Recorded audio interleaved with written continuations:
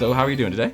I'm doing really well. How are you? Perfect. Congratulations on this gorgeous film. It's such an important story to tell, and I'm so glad it's going to be out there in the world. Thank you so much. So you were focusing on music a lot. I've seen you say that it would take something special for you to jump back into the acting world, and I'm wondering what it was about Boy Erased that struck you as special enough to go back into that world. Yeah, I mean, I felt like as much as I wanted the project to be special, I also just felt like logistically it was going to be tough to find something that that kind of worked. You know, I knew that I wasn't ready for like a lead role. You know what I mean? I want to kind of ease my way back into things, so it needed to be something small. I wanted it to have some like meat to it, you know, and be kind of dramatic, and then I really wanted it to have, you know, to say something. And as soon as I got this script, kind of everything went out of the window, and I was like, you know, as much as we're trying to make a great movie here, this is a message. This is something that needs to be, there's a goal here, you know?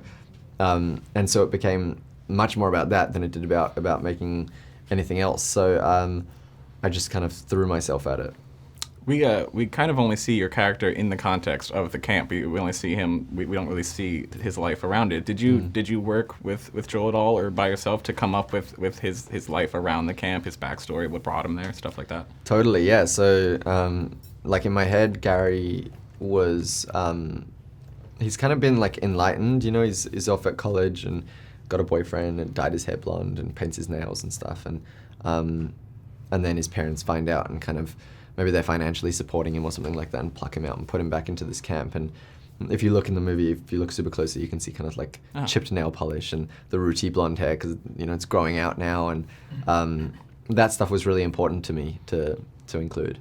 Because you got to sort of play with his backstory like that, did you layer in anything personal, anything that you sort of felt like it was you putting yourself into this character? Totally. I think that's why I kind of built him in that way. It was a way for me to relate to him. You know, it's like if God forbid I was ever kind of taken out of this life that I'm in right now and put into something like that, I think I would have kind of a similar reaction of, I will do anything and everything that I have to get out of here, you know. And you kind of, it gave him this air of like, I don't want to say, it's not pretentious or anything like that, but it's almost like he just knows that there's so much more to the world than this, and it kind of gives him this like aloofness almost that I wanted to work in there as well. What did it mean for you that your character really is the first character to say to Lucas's character that it doesn't have to be like this? He's sort of the first guiding light in the movie for him, when everyone else is telling him it has to be like this, it has to be like this. What did it mean for you that your character is the first person to be like, this isn't the only way, it doesn't have to be like this? So there's so few moments of, you know, of that kind of that alternative in the film. And so I remember when I first read the script, you know, there's a great scene between like Jared and his doctor, where his doctor kind of also provides him this like alternative where she's like, you're a perfectly normal, healthy young boy. And I just remember reading it being like, finally someone is like talking some sense, you know, and speaking like a language that I understand, you know. And so to be a part of that moment for Jared, and kind of be a part of that really pivotal moment for him, I think, it felt satisfying. I was like, it felt so good.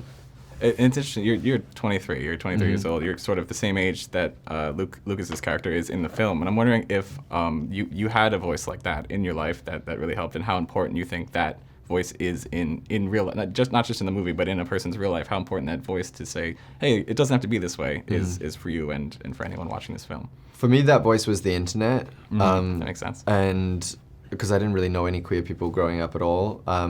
And so I went online and I found people that were like sharing their coming out stories on YouTube, and you know, then I'd watch videos of pride parades, and I just saw this world out there of people who were like ready to accept me for exactly the person that I was, and it changed my life. So I think that voice is extraordinarily important. That's why I try so hard to kind of just be as proud as I possibly can be in my everyday life, so that, you know, hopefully one day someone will come across a music video or this film or something, and it can actually make a real difference in their life.